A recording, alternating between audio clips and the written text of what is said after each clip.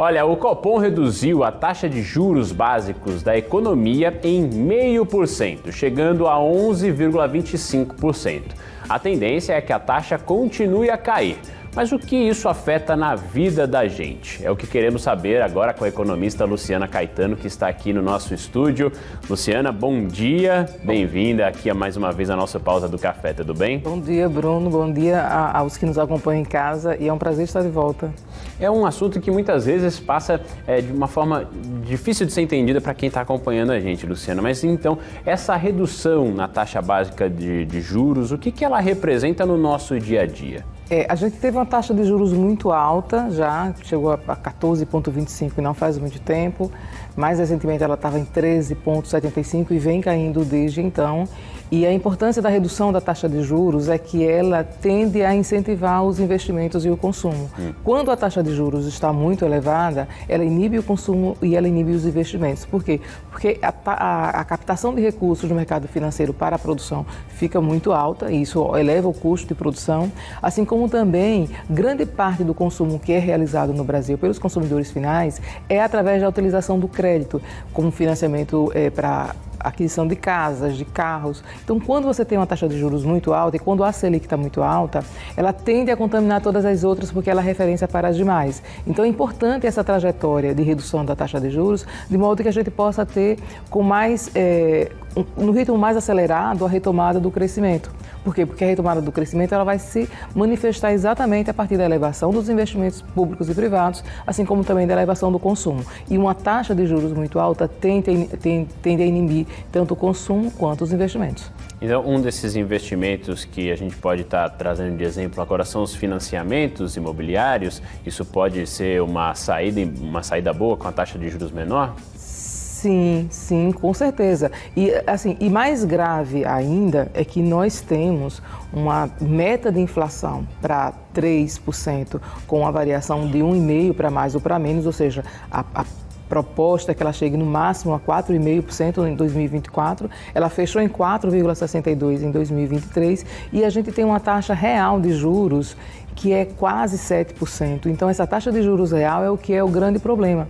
Então, quando você tem uma disparidade muito grande entre a taxa de juros e a taxa da inflação, isso tende, inclusive, a desviar recursos do setor produtivo para o mercado financeiro. Porque o investidor, ele tende a fazer uma comparação entre a rentabilidade das aplicações financeiras versus o retorno dos investimentos. Então, se essa taxa real de juros está muito alta, há uma tendência a você desestimular o investimento no setor produtivo e incentivar as aplicações financeiras, o que é ruim para a oferta agregada no país, o que tende a ter também repercussão sobre os preços dos bens e serviços. Então, para a gente é muito importante, principalmente para a retomada do crescimento econômico, que essa taxa de juros baixe, mas ela baixe para se aproximar cada vez mais da taxa de inflação, porque essa distância muito grande, ela é nociva ao setor produtivo.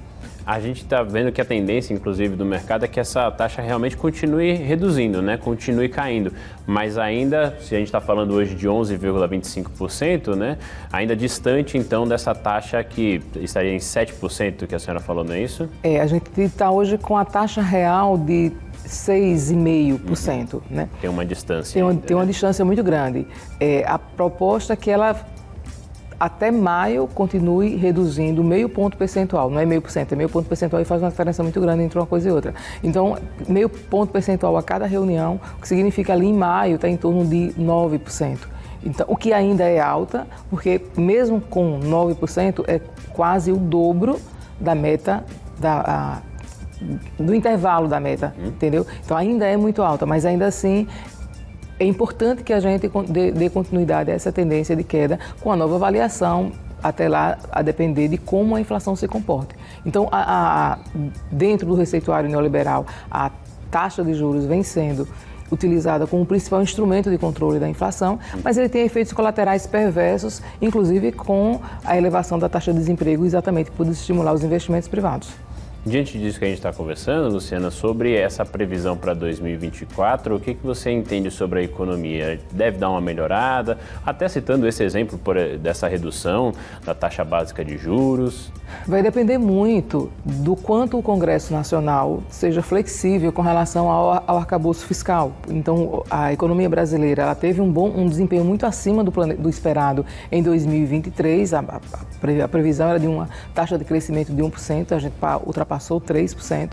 Então, se a gente tiver aí uma negociação razoável entre o Poder Executivo e o Legislativo, no sentido de flexibilizar mais o arcabouço fiscal, de modo que o governo possa dar continuidade aos investimentos públicos em áreas estratégicas, aí sim a gente pode ter um desempenho mais promissor em 2024 do que foi em 2023.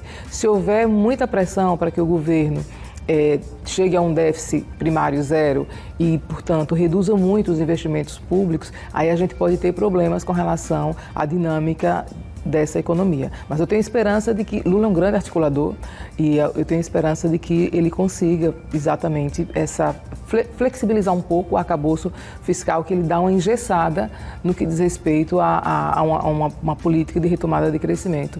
E isso é ruim para todo mundo, principalmente para os estados periféricos, como é o estado de Alagoas. Então é importante que a gente tenha aí uma intervenção efetiva do governo federal com investimentos nas mais diversas áreas para exatamente fazer essa economia gerar num ritmo mais acelerado e gerando mais emprego. A gente já reduziu muito a taxa de desemprego, a gente hoje está com a taxa de desemprego próxima aí de 7%. E já chegamos a mais de 14% ali na pandemia, 2017, 2018, então 2019, aliás. Então é importante que a gente crie as condições para que se tenhamos um ambiente favorável ao crescimento dos investimentos, à redução da taxa de desemprego no país, que eu acho que a forma mais importante de reduzir desigualdade é a inserção das pessoas no mercado de trabalho com autonomia na geração de renda, muito mais do que a transferência de recursos via programas sociais, embora ele seja imprescindível considerando as condições a que estão submetidas muitas famílias hoje no país. E a gente sabe que quando vamos falar sobre essa parte econômica, há sempre uma dinâmica muito grande, né? E aí as previsões do que pode ser para o ano agora de 2024. Luciana, gostaria de agradecer a sua participação aqui, porque seus esclarecimentos sempre muito importantes em relação ao que a gente vive no nosso cotidiano e o que isso pode influenciar diretamente na vida do cidadão. Uma ótima semana para você. Para ti também e para quem nos acompanha. Um grande abraço.